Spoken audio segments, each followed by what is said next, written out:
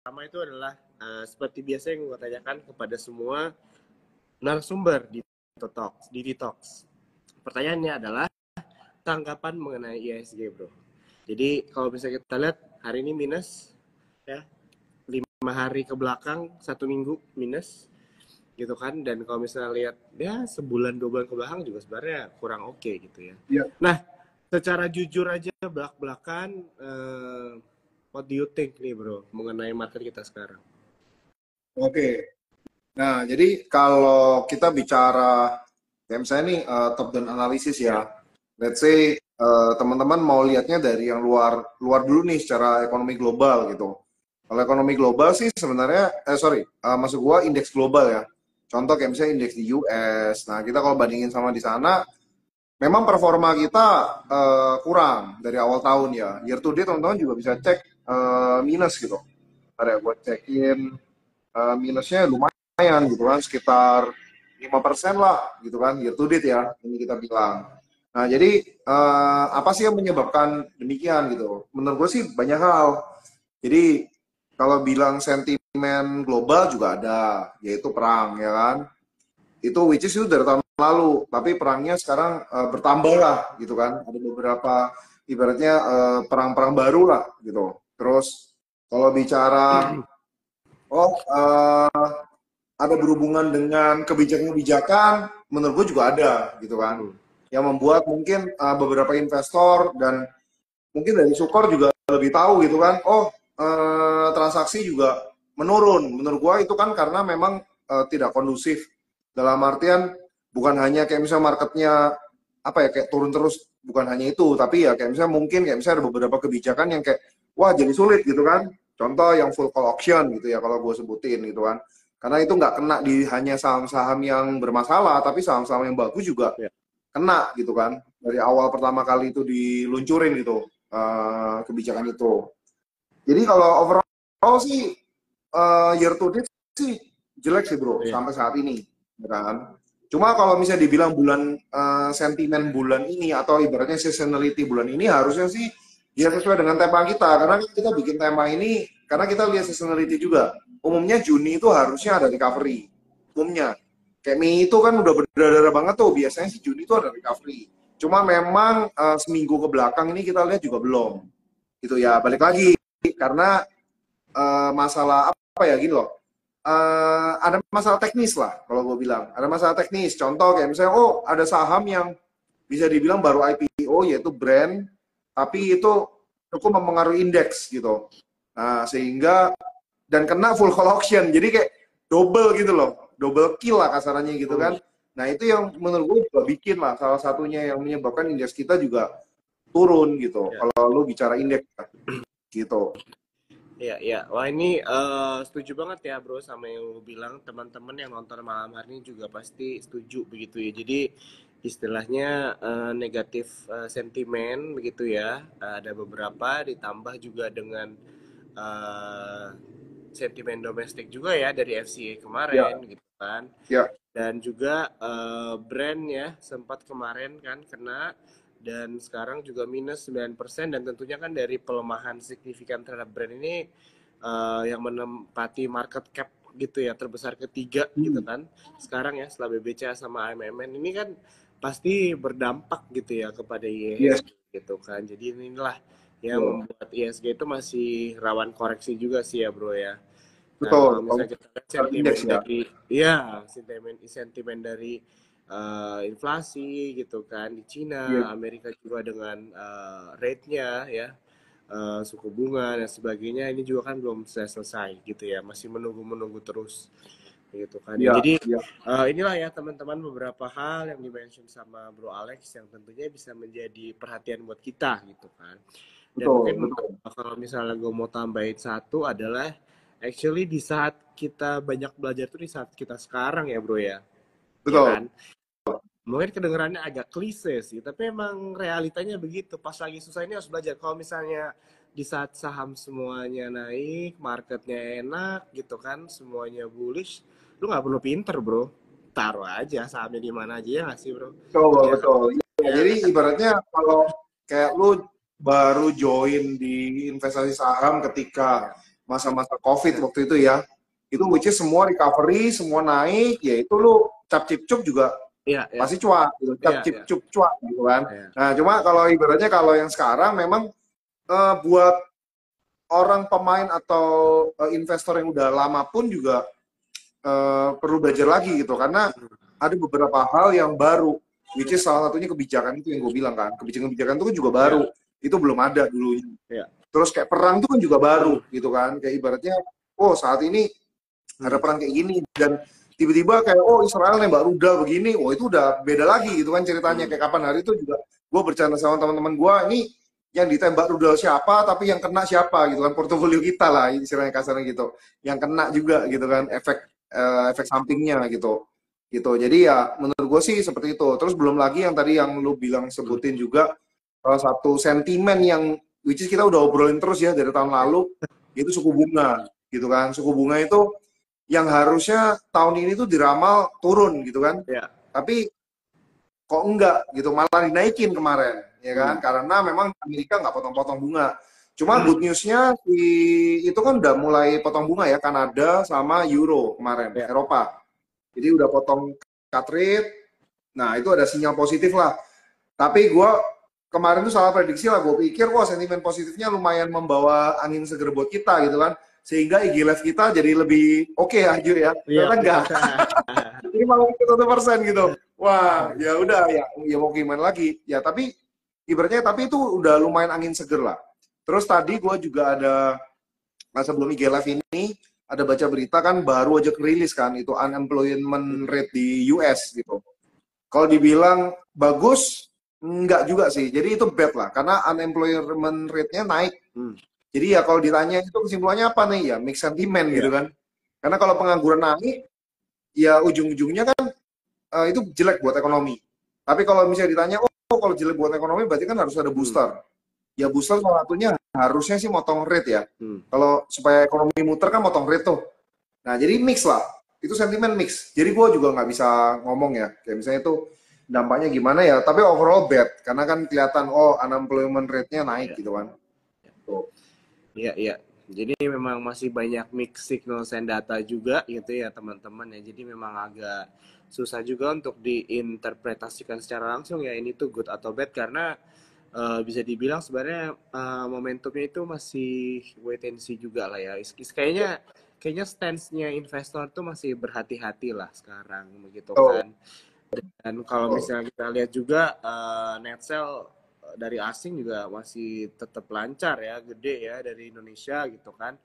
Jadi di pasar saham aja 5 hari terakhir itu net sell asing itu 1,5 triliun bro nih ya, kalau gue lihat dari berita gitu kan. Kelihatan dari currency ya. Iya. Kayak rupiah melemah terus gitu, udah kelihatan dari situ. Dan sepanjang tahun 2024 outflow-nya itu sampai 7,68 triliun begitu kan. Jadi istilahnya ya inilah ya, tadi udah kita sempat bahas juga, di saat-saat seperti inilah teman-teman nggak hanya ilmu strategi untuk membaca kinerja perusahaan yang diutamakan, tapi juga psikologi kita juga ditantang gitu ya. Maksudnya kan di market seperti saat ini begitu kan. Di saat kita ini lagi males lah bro yang ngomongin market kan, karena emang susah banget gitu kan. Tapi ya inilah ya, penting banget buat kita ngobrol-ngobrol kayak gini supaya kita bisa dapat insight-insight baru, atau bisa juga dibilang saling nguatin kali ya, nggak tahu deh. Betul. Oke. Ya, jadi kalau misalnya dari lu sendiri nih Bro Alex, kira-kira market dengan keadaan seperti saat ini, itu momen wait and see kah? Atau menurut lu ada opportunity yang masih tetap kita bisa ambil? Dan kalau memang ada opportunity itu apa, boleh di-share nggak? Kira-kira seperti bagaimana? Oke. Jadi kalau misalnya kita bicara indeks, itu tadi ya penjelasan gua. Jadi ibaratnya kalau kita lihat indeks tuh kita nggak bisa nebak lah indeks tuh kayak gimana gitu. Cuma kalau Joe tanya ke gue kayak misalnya ada opportunity nggak, ya udah pasti. Karena dalam setiap masalah itu udah pasti ada kesempatan gitu. Dan gue lihat tidak semua sektor tuh terdampak. Ibaratnya gini, secara indeks kan turun, pasti semua sektor kena tuh. Tapi harusnya ada sektor yang nggak terlalu terdampak gitu. Nah, jadi maksudnya apa nih kok sektor nggak terlalu terdampak itu? Ibaratnya dia akan recovery cepat, paling cepat lah. menurut gua. Nah, salah satunya yang gua lihat kayak yang teman-teman bisa mulai lihat kayak misalnya sektor perbankan misalnya. Ya oke, memang turun gitu kan. Tapi kalau turunnya udah nggak wajar banget ya itu kesempatan gitu menurut gua. Ya kan? Contoh kayak misalnya suku bunga naik, itu pasti akan bad buat bank. Gitu. Suku bunga naik itu semua bank pasti kena. Tapi ada beberapa bank yang harusnya tidak kena. Yang ibaratnya gini, dampaknya itu paling kecil lah. Contoh, menurut gua adalah BBCA sama BMRI. Dan teman-teman bisa lihat efeknya ke mereka itu, mereka akan turun juga, tapi langsung rebound gitu loh, cepat gitu, recovery-nya cepat. Karena sebenarnya kalau suku bunga tinggi, mereka berdua itu punya kasa yang besar.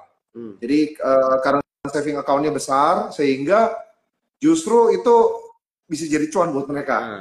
Si dua bank itu, menurut gua. Gitu. Jadi dilihat aja dua itu. Justru kalau turun itu kesempatan. Karena gini, kita nggak bisa pungkiri ya, ketika indeks turun, itu semua akan didiskon.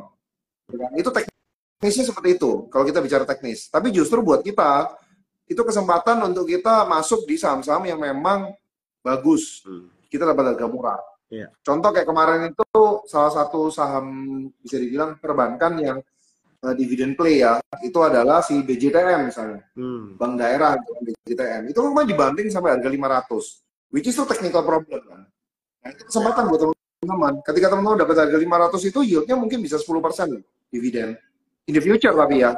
Nggak mungkin nggak sekarang gitu. In the future bisa 10% gitu. Nah, ya itu salah satunya. Terus kedua yang gue lihat tetap gue pegang kalau buat teman-teman yang ini ya fundamental atau memang lebih ke arah investasi, kita pegang memang perusahaan-perusahaan yang nggak tumbuh gitu laporan keuangannya gitu. Dan ada juga perusahaan-perusahaan yang punya corporate action. Nah, gue kasih contoh kayak misalnya Jalan Tol Jasa Marga deh. Menurut gue bagus, trennya itu masih terjaga gitu loh, menurut gue ya. Jadi apa yang gue lihat bagus karena dia ada corporate action, dia jualin beberapa ininya kan, tolnya ya, section tolnya itu dijualin ya kan, ada investor baru dan sebagainya itu kan dapat cash. Jadi laporan keuangan tuh masa depan akan bagus. Nah, mesti pinter-pinter nebain kayak gitu tuh. Jadi nggak semua infrastruktur tuh kena, tapi ada beberapa yang menurut gue bagus gitu. Terus contoh lagi kayak misalnya di industri pelayaran deh. Nah, itu juga bisa kelihatan tuh. Ini kalau gue sebutin emitennya misalnya SMDR. SMDR itu dia IPO nggak hanya di Indonesia doang, dia emitennya ada juga di SGX di Singapura. Nah itu teman-teman bisa lihat di sana udah naik tuh sahamnya. Karena balik lagi, kenapa kok SMDR di sini terkoreksi luar biasa ya karena balik lagi karena ISG juga terkoreksi. Nah begitu yang di luar itu naik, ini kan jadi kesempatan buat kita kan. Jadi ibaratnya laggard ya bahasanya kan, telat naik gitu loh kan. Kesempatan buat kita masuk. Terus nanti pasti akan ikut naik dan memang terbukti udah ikut naik. Hari ini kayak kalau nggak salah udah sampai 300. Nah, jadi cara gua kayak gitu Jo, kurang lebih ngelihatnya. Dari sisi ibaratnya oke, memang indeks overall turun, justru itu jadi kesempatan buat kita karena begitu turun tuh semua terdiskon kan. Tapi ada beneran yang memang harus diskon gitu kan. Emiten-emiten yang beneran harus diskon nih gitu. Tapi ada beberapa emiten yang kayak nggak kayak cuma kena pengaruh untuk sementara. Nah itu kesempatan buat kita. Which is buat yang invest itu bagus banget. Buat yang trading ya mungkin jadi manfaatin momentum. Iya. Wah, gue suka banget ya penjelasan lo ini. Jadi buat teman-teman yang nonton malam hari ini, jadi bisa dibilang ada saham-saham ada saham-saham bagus yang terdampak dengan sentimen yang gak enak lah ya gitu ya, dan itu bersifat sementara begitu kan, dan inilah yang harus dicari ya sama teman-teman semua begitu kan. Jadi karena akhirnya kita bisa membeli saham-saham ini dengan harga yang lebih murah begitu ya teman-teman. Jadi disinilah ya yang dimaksud dengan Bro Alex dalam artian opportunity-nya itu begitu. Jadi buat teman-teman, nah bisa nih ya kalau misalnya kalian mau mengambil opportunity, bisa awalnya itu dari situ ya. Jadi mencari saham yang memang bagus kinerjanya dan harganya terkoreksi karena memang keadaan market aja gitu ya, bukan karena ada kinerjanya yang memburuk atau ada manajemen yang bermasalah, bukan ya. Oke. Betul. Oke, jadi ini kalau misalnya kita lihat ya, sebelum kita lanjut ke pertanyaan selanjutnya, teman-teman di sini aku mau encourage buat kalian ya interaktif kalau misalnya ada yang mau ditanyakan seputar topik gitu ya, atau mungkin saham yang kalian pegang pengen dengar pendapat dari Bro Alex, boleh banget, boleh ya Bro ya, aman ya? Ya aman. Seperti biasa ya, ya oke. Jadi ini kayak ada Zen bilang kalau buat penglihatanku masih bad kayaknya ISG ya maksudnya ya. Selain karena portfolio membara juga karena saham blue chip masih parah harganya ya, betul ya. Karena memang ISG lagi turun, tapi teman-teman juga harus memperhatikan market cap saham-saham ini juga kali ya Bro ya, bisa dibilang gitu ya. Karena ISG ini kan biasanya turun kalau market cap-nya yang besar-besar ini turun gitu. Tapi bukan berarti semuanya turun juga ya Bro ya. Setuju ya? Oke. Dan di sini juga bilang Zen bilang cuma saham gorengan yang hijau. Sedikit blue chip buat yang harga masih aman. Nah, ini gimana nih Bro? Tanggapan lo nih. Jadi third liner, second liner apakah lebih option untuk invest? Benar kata Juta tadi kan, ibaratnya indeks itu kan terpengaruhnya sama saham-saham yang market cap besar, karena di drive sama mereka kebanyakan. Jadi otomatis itu mereka akan kena semua. Nah, tapi ya, teman-teman jadi pinter-pinter milih kan, kayak misalnya ada market cap yang besar, yang terkoreksi, yang harusnya kinerjanya juga masih oke. Itu jadi chance di situ. Tapi kalau benar-benar mau hindari, ya menurut gua ada beberapa saham yang market cap kecil itu juga bagus. Mungkin dia naik terus karena memang ada core protection atau memang karena kinerjanya yang pulih gitu kan.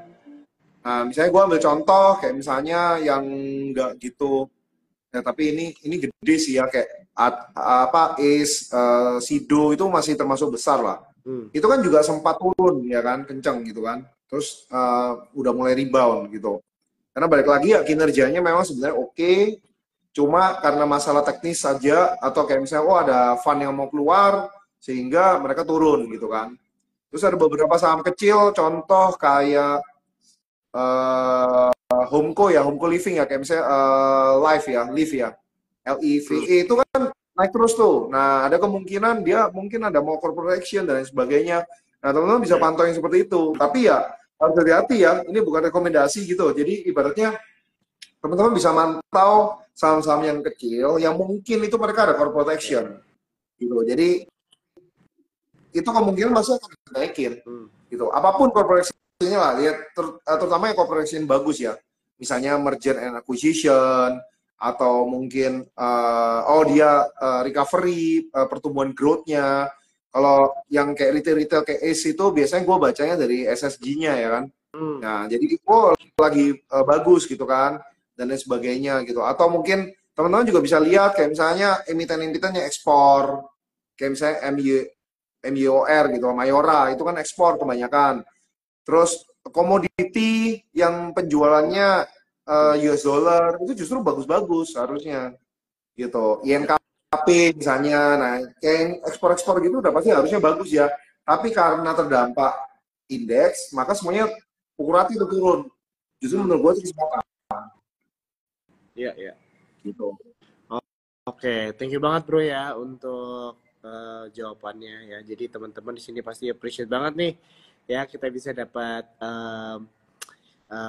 bisa dibilang pendapat-pendapat lah ya, opini dari Bro Alex, tentunya bisa berguna nih buat teman-teman ya dalam kita berusaha mengerti pasar modal atau market sekarang. Oke, mungkin kita sambil lompat-lompat aja ya sama pertanyaan teman-teman yang ada di sini. Ya, jadi menarik banget nih Bro. Dari Ambar Wati Mimin ya. Jadi BRI Bro. Jadi BRI ini kan jadi diskusi banget nih. Ya kan? BBRI ya? Iya, BBRI gitu kan. Asing jualan terus nih, dia bilang harga anjlok. Sejujurnya gue salah satu pemegang BBRI Bro, gitu kan. Dan gue udah minusnya di atas 20%. Gitu, gara-gara itu kan. Jadi kan sempat ya, kalau misalnya kita tahu juga mungkin BBRI itu karena ada NPL-nya ya, yang tiba-tiba naik berapa kali lipat begitu kan. Dan tentunya kan BBRI kan punya marketnya itu kalau nggak salah ya itu nasabahnya itu menengah ke bawah begitu kan. Ya mikro, lebih banyak Ya, mikro. mikro ya. Jadi tentunya kan istilahnya ada yang macet lah begitu Ya. kan dengan keadaan mungkin setelah COVID atau mungkin ada kemarin yang membahas mengenai judi online membesar di Indonesia dan sebagainya begitu kan dan sebagainya. Nah, kalau tanggapan dari Bro Alex kira-kira gimana nih mengenai BBRI? Ada yang bisa di-share nggak nih buat teman-teman kita? Oke. Jadi gini, kalau BBRI jujur gua kurang ibarat berita-berita yang beredar di sana itu jujur gua juga bukan nggak percaya atau tidak membenarkan atau gue percaya dan lain sebagainya karena gue juga nggak ngerti itu kan source-nya itu bener nggak kayak judi online dan lain sebagainya ya kan. Intinya sih kalau gue bilang BBRI oke, kalau teman-teman lihat short term itu udah pasti terdampak. Balik lagi yang tadi Joe bilang kan kebanyakan klien atau nasabahnya BBRI itu adalah mikro, ekonomi mikro lah kita bilang. Nah tapi kalau misalnya ada suku bunga tren yang nggak bagus seperti ini, ibaratnya suku bunga tinggi, itu udah pasti mikro yang kena lah di awal. Apalagi yang tadi gue bilang kan, perbankan itu gue pribadi menjagoin cuma 2 doang ketika suku bunga tinggi, yaitu BBCA sama BMRI. Karena 2 itulah yang terbesar kasanya di Indonesia. Which is ibaratnya kalau duitnya paling gede di Indonesia, ya which is dia bisa suku bunga tinggi ya dia akan cuan lah. Karena cost of fund-nya dia murah, 2 bank itu. Gambaran sederhananya ya buat teman-teman yang bingung, mungkin teman-teman kalau nabung di BCA emang dikasih bunga berapa? Kecil banget, bahkan nggak ada bunga, gitu kan. Sedangkan yang nasabah dia paling besar di Indonesia.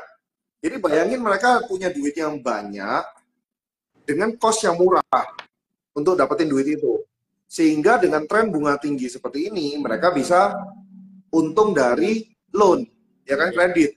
Gitu. Jadi kan ibaratnya kalau di bank itu kan duit masuk, mereka kreditin lagi. Nah, duit masuknya ini murah, cost of fund-nya. Karena mereka kasih bunganya itu hampir nggak ada. Lain cerita sama kayak misalnya bank, kalau gue sebut misalnya BCTM gitu misalnya. BCTM itu kalau teman-teman bongkar laporan keuangannya, itu ada satu yang ibaratnya kayak membuat kenapa dia turun terus ya kan. Yaitu cost of fund itu tinggi sekali, gara-gara ada special rate untuk tabungan tertentu. Nah, itu kan cost of fund tinggi sekali yang kayak gitu. Yang mungkin tuh untuk dana pensiunan PNS dan lain sebagainya. Gue juga kurang tahu itu dana apa. Cuma maksudnya itu kan ibaratnya itu jadi beban gitu loh. Nah, gue lihat mungkin BRI juga demikian. Ada beberapa yang dia terbebani di situ, terutama ya NPL tinggi itulah. Sehingga untuk jangka pendek itu kurang bagus. Tapi kalau kita bicara jangka panjang, ya BBRI udah proven lah. Lu NPL tinggi ketika COVID, itu nggak ada masalah.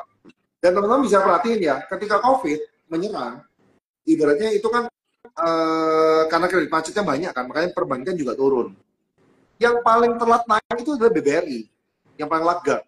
Karena memang seperti itu trennya BBRI. Ibaratnya dia tuh pasti akan selalu paling telat gitu, di antara bertiga ini kan. Karena balik lagi, cost of fund-nya mungkin dia tinggi, ya kan, atau NPL-nya dia tinggi, sehingga recovery-nya butuh waktu. Lain cerita sama BBCA sama BMRI, di mana kelihatan lah kalau kayak BMRI, ya, terutama ya klien-klien itu big client semua, kebanyakan B2B lah, dari perusahaan batubara dan lain sebagainya. Ya justru komoditi menurut gua malah bagus saat ini. Ya despite of kayak harga komoditinya naik turun ya, tapi kita logika sederhana di mana perusahaan katakanlah batubara, perusahaan kayak Indah Kiat, itu cost-nya mereka rupiah, tapi mereka income US dollar. US dollar lagi tinggi. Mereka ekspor. Udah pasti untung. Nah, dari situ yang gue lihat ya, perhatiin kayak misalnya, oh kenapa kok BMRI, BBCA itu paling oke lah. Terus teman-teman bisa lihat komoditi juga, kenapa kok BRI, Lagarde, gitu kan. Nah, tapi justru kesempatan buat teman-teman yang kayak, oh ya nggak apa-apa deh, yang penting gue investasi jangka panjang, masukin aja BBRI. Justru ini kesempatan menurut gue. Kalau dibilang bangkrut, jauh lah BBRI, jauh dari bangkrut. 50 jauh lah bro. Nggak mungkin 50. BBRI kalau bangkrut bahaya bro. Iya. Mending nyangkut di BBRI daripada lu nyangkut di saham-saham yang kena full call option, terus turun dari di bawah 50. Wah itu lebih perih sih. Perih banget ya. Iya. Perih itu. Oke, oke, thank you banget ya bro untuk penjelasannya. Jadi buat teman-teman, kalau kalian memperhatikan tadi, sebenarnya Bro Alex juga udah ngasih satu dua saham yang kalian bisa perhatikan juga ya teman-teman ya. Tapi tetap disclaimer ya, di your own research juga ya, cari conviction kalian juga sendiri masing-masing baru belilah. Ya invest atau trading sesuaikanlah dengan strategi dan profil kalian juga. Ya. Oke. Pertanyaan nih, gue mau tuker dikit kali ya, gue ganti dikit. Menurut lo sektor-sektor yang kurang menarik menurut lo di tahun ini apa aja nih bro? Boleh nggak di-share? Oke. Kita nggak sebut saham, sektor aja lah, Sektor lah ya. Ya, sektor aja yang kayaknya kurang dapat angin lah gitu, kurang dapat angin positif. Ya, ya balik lagi kalau suku bunga tinggi udah pasti yang kasarannya ini KO duluan yang berhubungan dengan suku bunga tinggi, yaitu yang konstruksi yang depth-nya tinggi-tinggi. Kontraktor yang depth-nya tinggi itu udah pasti kalah duluan, ya kan? Terus properti itu juga bisa kena dampak, ya kan? Sektornya itu. Terus bunga tinggi, selain bunga tinggi kan kita juga ada masalah di komoditi yang menurut gua nggak turun-turun harganya. Salah satu komoditi yang gua look up terus tuh adalah coal. Dari dulu tuh, kalau gua selalu IG live sama Joe pasti coal terus kan. Karena gua lihat tuh kelihatan banget coal ini nggak turun-turun loh. Coal tuh rata-rata gua perhatiin tuh harga $100 biasanya. Tapi ini 100 ke atas terus loh. 120, 140, 150 bahkan ya kan. Itu juga akan pengaruhi. Makanya tadi kan di chat ada beberapa yang tanya SMGR gini. Nah, bisa jadi itu karena bahan bakunya dia. Dan gue memang dengar dari ini kalau kita bicara bisnis ya, bisnis kayak retail, kosmetik atau mungkin bisnis-bisnis yang intinya yang butuh bahan baku lah, ya kan? Dan which is itu banyak dong bisnisnya seperti itu. Nah, bahan bakunya ini yang lagi mahal. Jadi margin mereka akan terkuras lah. Contoh kayak misalnya dari SMGR kan, banyak yang nanya, oh kenapa SMGR gini turun-turun? Gimana nih? Ya itu, balik lagi, karena harga coalnya tinggi, bahan bakunya tinggi, otomatis margin mereka pasti kekuras gitu kan. Jadi ya itu kurang bagus gitu. Terus belum lagi sentimen propertinya bisa turun gitu kan. Ya udah, orang pasti akan nahan nih beli rumah baru ya kan. Developer juga udah pasti akan nahan juga nanti. Itu ada implikasinya sih. Dan balik lagi saham itu biasanya leading market. Jadi investor di luar sana mungkin mereka udah analisa kan. Implikasinya jadi gini. Nah, itu harga saham udah turun duluan. Biasanya sih seperti itu. Terus sektor lain lagi otomotif. Otomotif memang kemarin dapat panggung tuh tahun lalu. Iya. Nah, tapi tahun ini drop banget gitu kan. Nah, balik lagi kalau memang komoditinya tinggi terus gini ya kan, terus chip ini lagi hot nih chip ya kan. Chip itu sangat berhubungan dengan mobil menurut gua. Nah, itu juga akan kena implikasinya. Jadi kelihatan lah sektor-sektor yang berhubungan dengan kendaraan itu juga ya terlepas dari kayak misalnya tahun lalu mungkin bisa dibilang digoreng juga ya. EV lah dan lain sebagainya gitu kan. Ya tahun ini pasti dikasih waktu untuk koreksi dulu lah. Gitu. Otomotif dan lain sebagainya. Karena ya balik lagi kecenderungan ekonomi akan slow kalau suku bunganya tinggi terus. Kelihatan data Indonesia udah deflasi kan. Last month ya. Nah, itu udah kelihatan. Dari situ udah kelihatan, jadi udah pasti kena semua tuh yang consumer yang dalam negeri lah terutama ya. Makanya ada yang tanya Unilever, nah itu udah kelihatan semua lah. Misalnya terdampak gitu loh. Tapi ya kalau misalnya ditanya Unilever sama Mayora kan satu sektor tuh. Tapi kenapa kok Mayora lebih bagus, let's say gitu ya, daripada Unilever ya? Balik lagi, menurut gua karena dia ekspor si Mayoranya. Jadi kalau yang ekspor tuh mungkin bisa nyimbangin dari situ. Karena US dollar tinggi. Jadi untung buat mereka. Ya. Itu sih kurang lebih, Jo. Oke, siap. Thank you banget, bro. Untuk penjelasannya ya mengenai sektor-sektor tadi yang dilihat dari pendapat Bro Alex ya yang kurang dapat panggung gitu ya tahun ini. Ya jadi teman-teman juga dalam pemilihan saham kan kalau misalnya mau investasi ya perlu dilihat juga ya teman-teman sektor-sektornya begitu kan. Jangan kalian langsung beli sahamnya karena siapa tahu ya seperti yang dijelaskan sektornya itu mendapatkan tekanan gitu ya entah itu dari domestik ataupun global ya nanti susah kan karena yang namanya uang itu sensitif ya teman-teman ya apalagi ini uang yang contohnya kalian tabung atau investasikan untuk masa depan kalian begitu kan. Nah pertanyaan gue mungkin terakhir ya bro sebelum mungkin kita ambilin pertanyaan dari teman-teman yang nonton ini. Jadi yang nonton kita malam hari ini kan belum tentu semuanya sudah pro atau mengerti ya tentang dunia pasar modal. Mungkin ada yang baru mulai nih bro, ada yang baru mulai gitu kan. Dia baru mulai investasi di pasar modal tahun ini gitu kan. Selalu mendengar katanya banking itu aman gitu kan. Beli BBRI ternyata minus. Terus lihat orang posting brand, tiba-tiba ARB gitu kan. Nah, kira-kira menurut lo ada nggak nih tips-tips yang lo bisa share buat teman-teman yang baru mulai berinvestasi atau baru mulai mau belajar trading? Ada nggak yang bisa lo share supaya mereka ini bisa survive di pasar modal? Oke. Ya, jadi sederhana sih. Kalau bicara pengalaman, gue juga belum lama lah di pasar modal. Gue start pengalaman di pasar modal itu dari tahun 2015. Memang beberapa tahun itu dapat jackpot lah. Kayak dari awal pertama dapat jackpot di komoditi, Indika Energi, ya kan. Terus ada dapat jackpot lagi di INKP, komoditi lagi. Terus pernah dapat jackpot lagi di Barito, ya kan. Beberapa kali lah di tahun-tahun itu, gitu kan. Tapi yang gue perhatiin nih ya, jadi kalau 2015 ke sini, udah lumayan lama ya, ya hampir 10 tahun lah ya. Itu udah lama ya, nggak berasa ya. Jadi hampir 10 tahun lah ya teman-teman. Jadi di sini yang gue perhatiin ya, market di Indonesia yang selalu naik itu perbankan.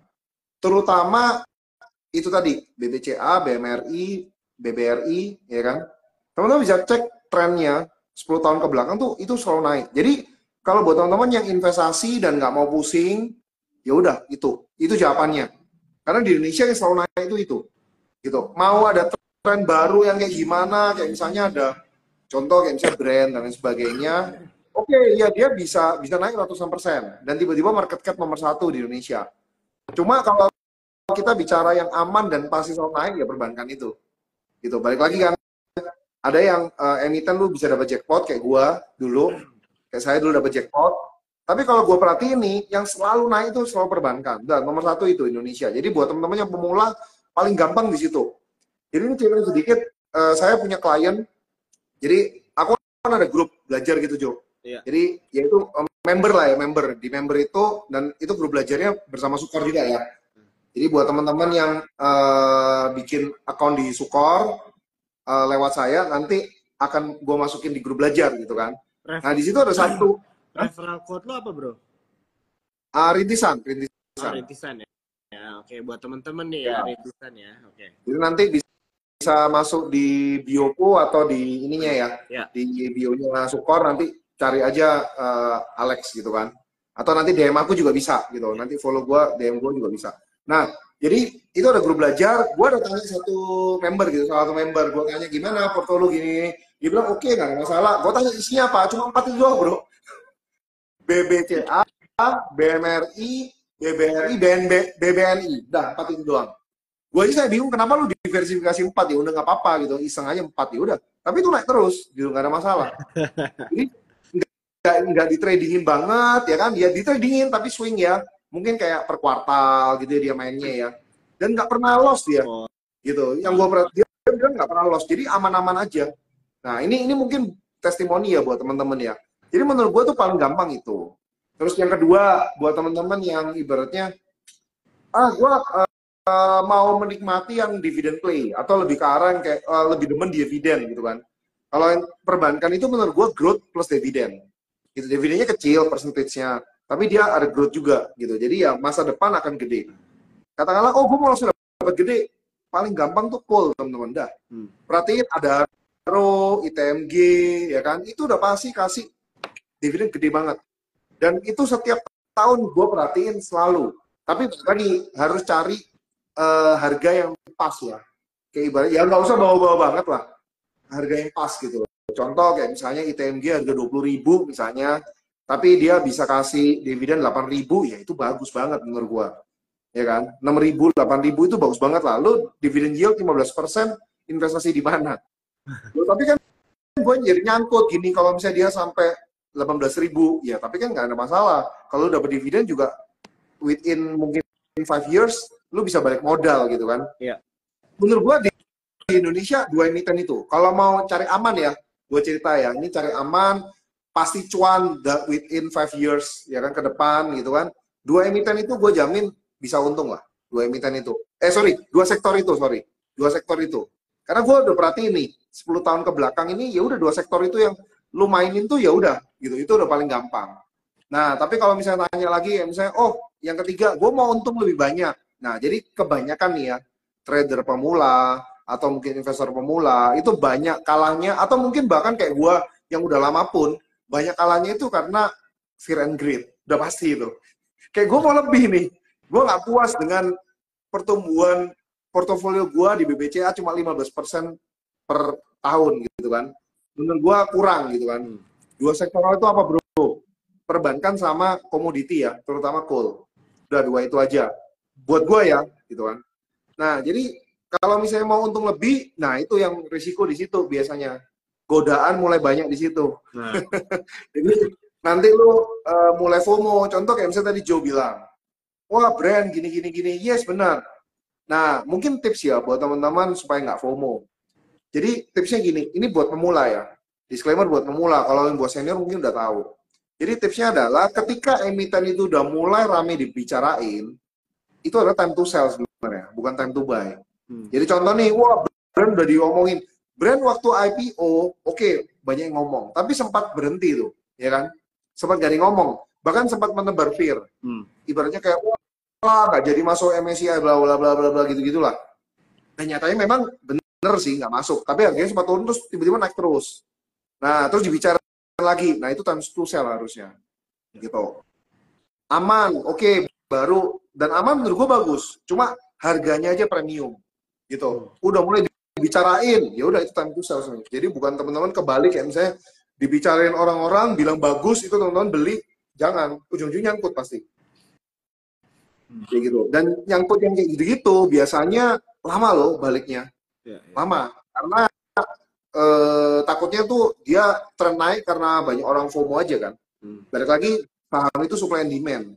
Jadi kenaikan harga saham itu dipengaruhi sama fundamentalnya memang kinerja perusahaan, tapi juga supply and demand, which is fear and greed para pelaku pasar modal gitu. Nah itu takutnya di situ kejebak. Jadi kalau mau main aman ya udah 2 sektoral itu tadi.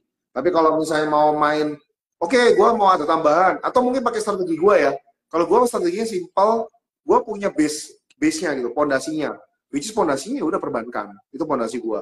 Tapi nanti ada yang di atasnya itu istilahnya toppingnya itu yang gue mainin. Gitu. Komoditi. Sektoralnya gue ganti. Komoditi ya. Kenapa? Komoditi ya, toppingnya.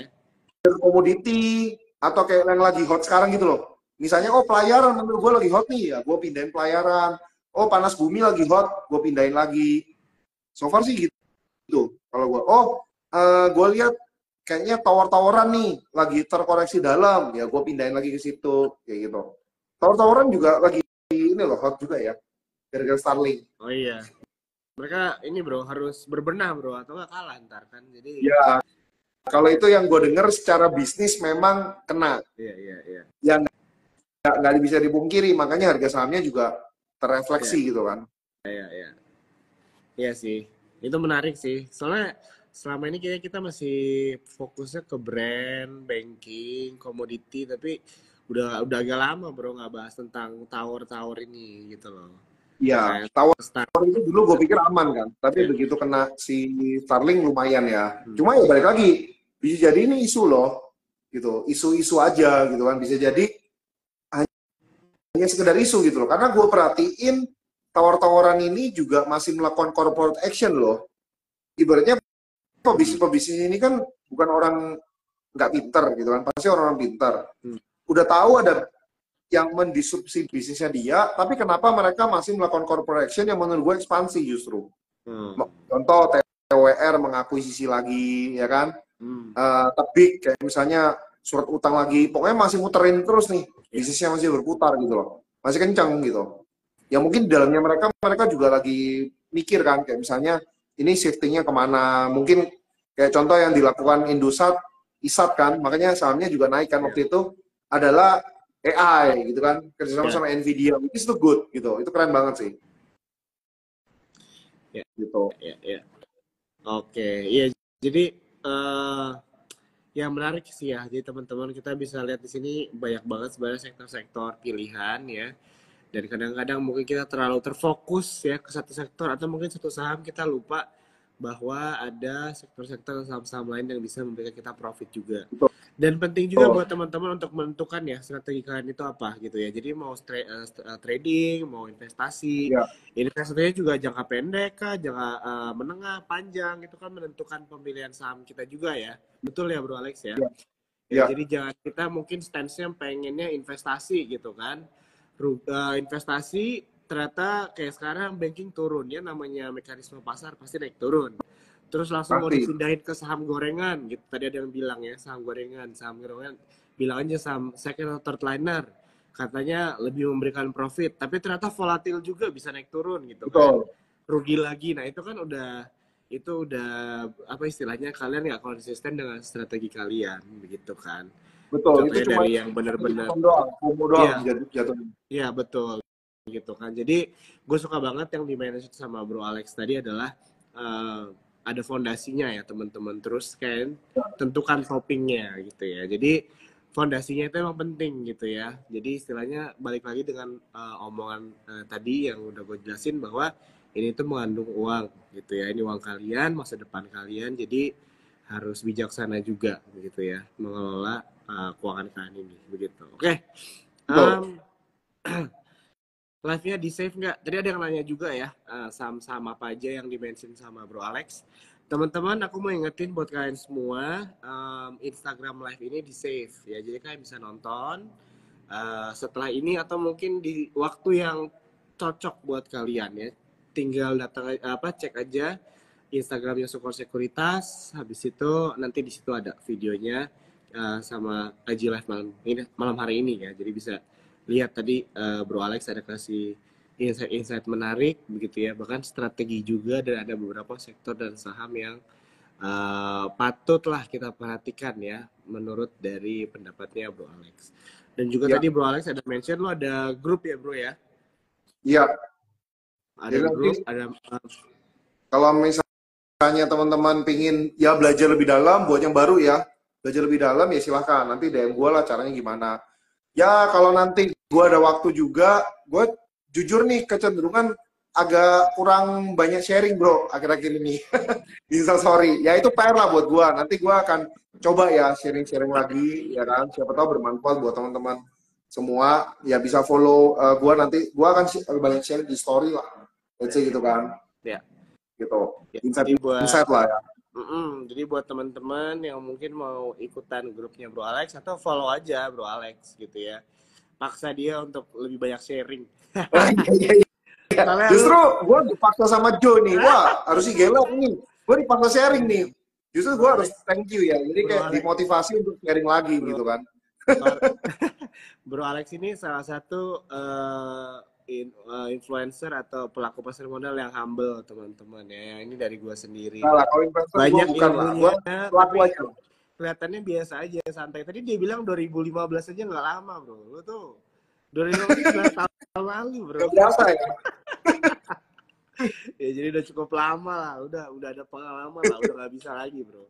Orang kalau misalnya angkatan COVID, mereka juga udah bilang, oh gue udah lumayan lama sih dari angkatan COVID, tapi gue 2015 Bro.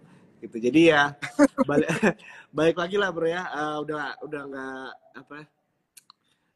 nggak sadar waktu itu berlalu cepet banget nih ya, udah jam 9.30. Kalau ngobrol sama lu tuh emang ya udah sih ngobrolnya cepet gitu ya, kayak ngobrol sama temen. Jadi hopefully buat teman-teman semua Cuan Troopers yang nonton malam hari ini, kalian bisa dapat belajar sesuatu gitu ya, dapat insight dari Bro Alex ya. Dan tentunya kita akan ketemu lagi di TikTok hari Selasa ya teman-teman. Dan sekali lagi Bro Alex, thank you banget ya bro waktunya. Thank you kita ketemu lagi ya bro ya di acara-acara teman-teman Troopers. Selamat malam.